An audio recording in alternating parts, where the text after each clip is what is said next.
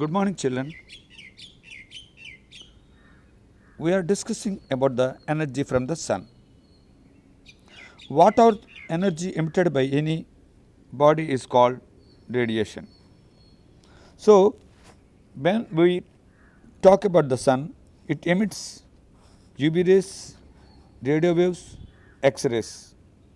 All these are combinedly called as the insolation.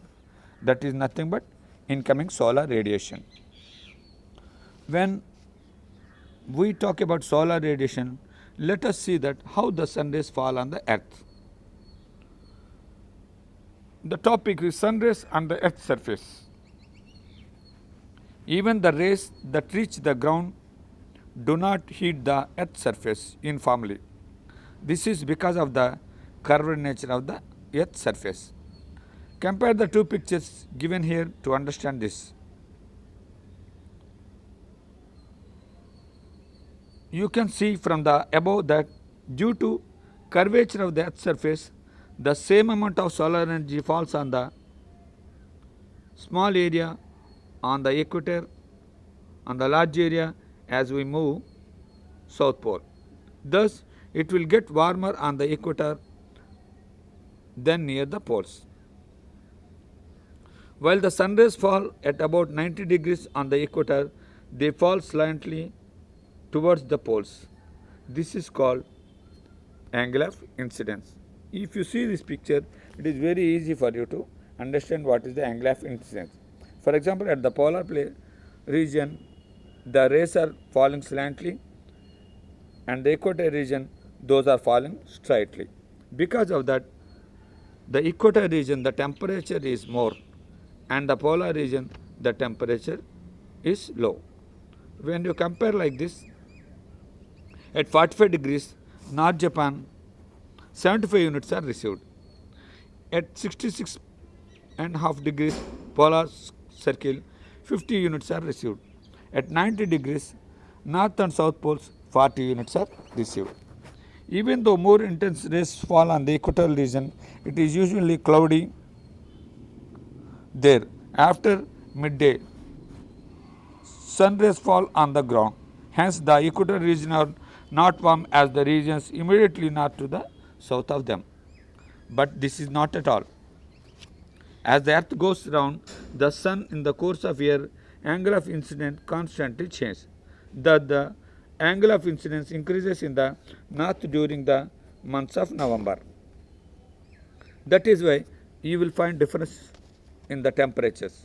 If you observe this world map, it is easy for you to understand. Here it is given the world's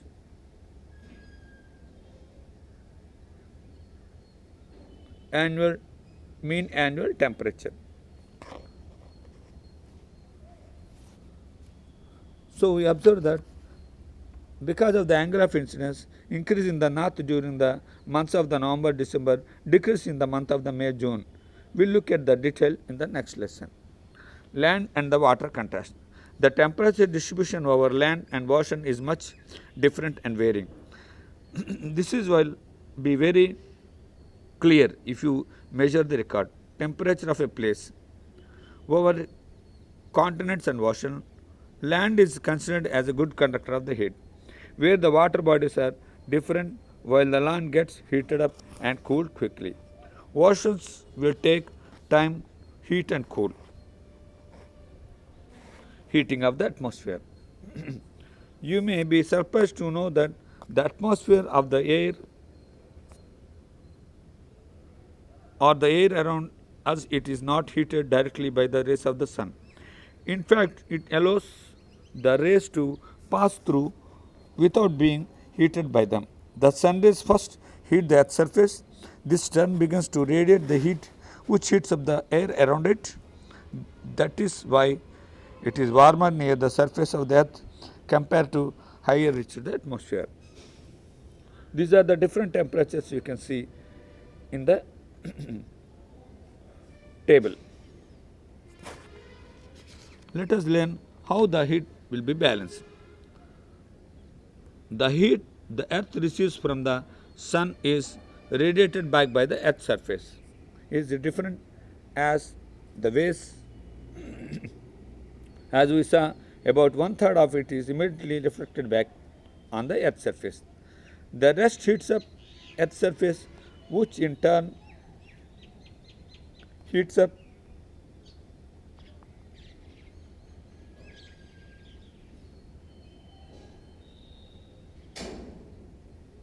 and reflected back into the space. The rest heats up the earth's surface, which in turn hits the atmosphere eventually and radiates the space.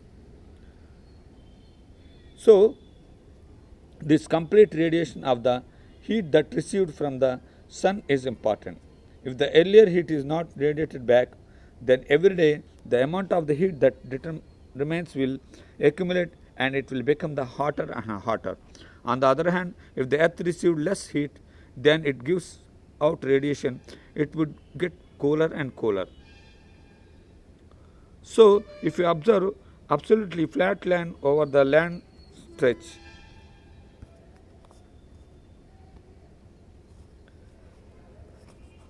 everywhere the land seems to be slightly undulating and sloping, resulting the variation in the amount of the solar energy received on the land. Some gases like carbon dioxide prevent radiation of heat from the earth. Carbon dioxide in the atmosphere increases due to increased use of the diesel and petrol, cutting down the forests, etc. If a carbon dioxide is increased, the temperature will be increased. So, because of that, the heat will be radiated, causing an increase in the global temperature. This is called the global warming. So, let us discuss about the temperature of the atmosphere in the coming up classes. All the best, children.